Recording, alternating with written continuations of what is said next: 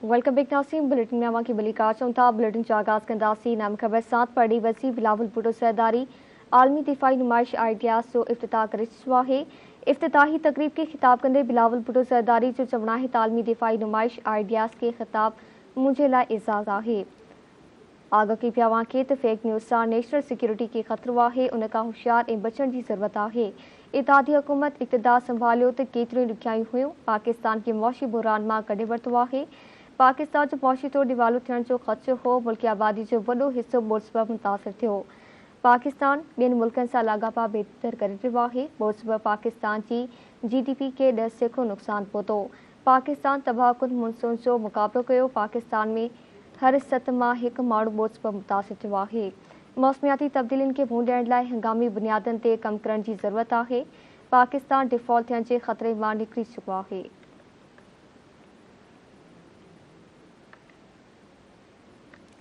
Breaking news आवाज़ share कई पिया पर ॾेई वैसे बिलावल भुट्टो सरदारी आलमी दिफाई नुमाइश आइडियाज़ जो इफ्तिताह करे चुको है। इफ्तिताही तकरीब के खिताब कंदे बिलावल भुट्टो सरदारी जो चवना है आलमी दिफाई नुमाइश आइडियाज़ के खिताब मुझे लाइ एहसास की गाल है। फेक न्यूज़ से नेशनल सिक्योरिटी के खतरो है, उनका होशियार ए बचण की ज़रूरत है। इत्तेहादी हुकूमत इक़्तिदार संभालियो तो केतरियूं ॾुखियायूं हुयूं, पाकिस्तान के मौशी बुरान मां कढे वरितो है। तफ़सीलात कंदासीं कराची मां ज़ही शेख खां। जी सही रागा कजो।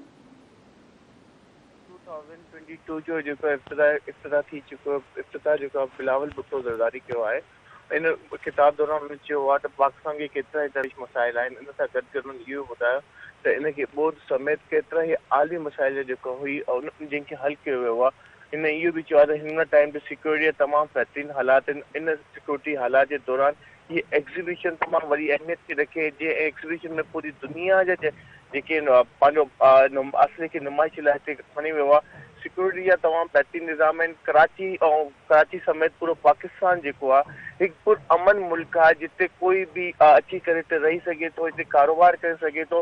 हितां जी मईशी हालात जॾहिं उन्हनि इक़्तिदार संभालियो त तमामु ख़राबु हुई, पर हिन महिल तमामु बहितरीन हालत में आहे। उन्हनि चयो त हाणे अचण वारो वक़्तु तमामु बहितरीन आहे। ॿोध ऐं सां गॾु जेको आहे काफ़ी मुल्क खे नुक़सानु पहुतो, पर हाणे कंहिं हद ताईं कंट्रोल कयो वियो आहे।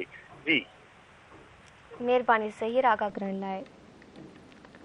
नाज़रीन अवां खे आगाह कई पिया पढ़ी वज़ीर बिलावल भुट्टो सरदारी आलमी दिफाई नुमाइश आइडियाज़ जो इफ्तिताह करे चुको है। इफ्तिताही तकरीब के खिताब कंदे बिलावल भुट्टो सरदारी जो चवना है आलमी दिफाई नुमाइश आइडियाज़ के खिताब मुझे लाइ एजाज़ है। फेक न्यूज़ से नेशनल सिक्योरिटी के खतरो है, उनका होशियार ए बचण की ज़रूरत है।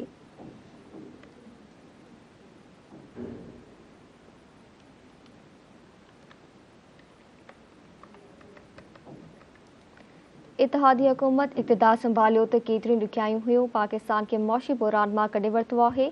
पाकिस्तान जो मौशी तौर दिवालो थियण जो ख़दशो हो, मुल्की आबादी जो वॾो हिस्सो बोर्ड मुतासिर थियो। पाकिस्तान ॿियनि मुल्कनि सां लाॻापा बेहतर करे रहियो आहे। बोर्ड पाकिस्तान की GDP के 10 सैकड़ो नुक़सान पहुतो।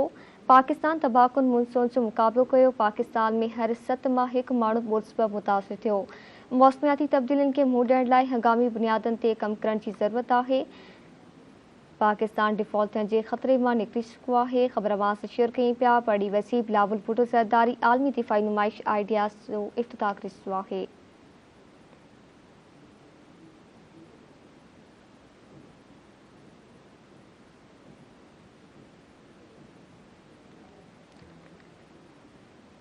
इफ्तिताही तकरीब के खिताब कंदे बिलावल भुट्टो सरदारी जो चवना है आलमी दिफाई नुमाइश आइडियाज़ के खिताब मुझे लाइ एजाज़ है। फेक न्यूज़ से नेशनल सिक्योरिटी के खतरो है, उनका होशियार ए बचण की ज़रूरत है।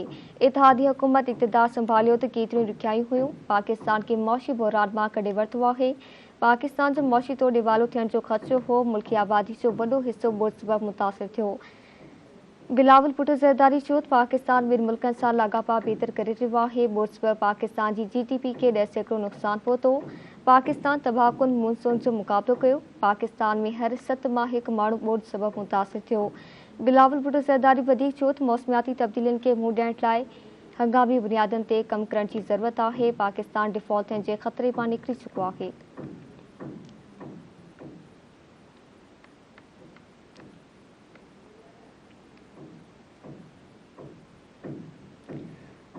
बिलावल भुट्टो ज़रदारी जो चवणाइद पाकिस्तान ॿिनि मुल्कनि सां लाॻापा बहितर करण जी कोशिश करे रहियो आहे। बुधस पर पाकिस्तान जी GDP खे 10% नुक़सान पहुतो। पाकिस्तान तबाहकुन मॉनसून जो मुक़ाबिलो कयो। पाकिस्तान में हर 7 मां 1 माण्हू बुधस पर मुतासिर थियो।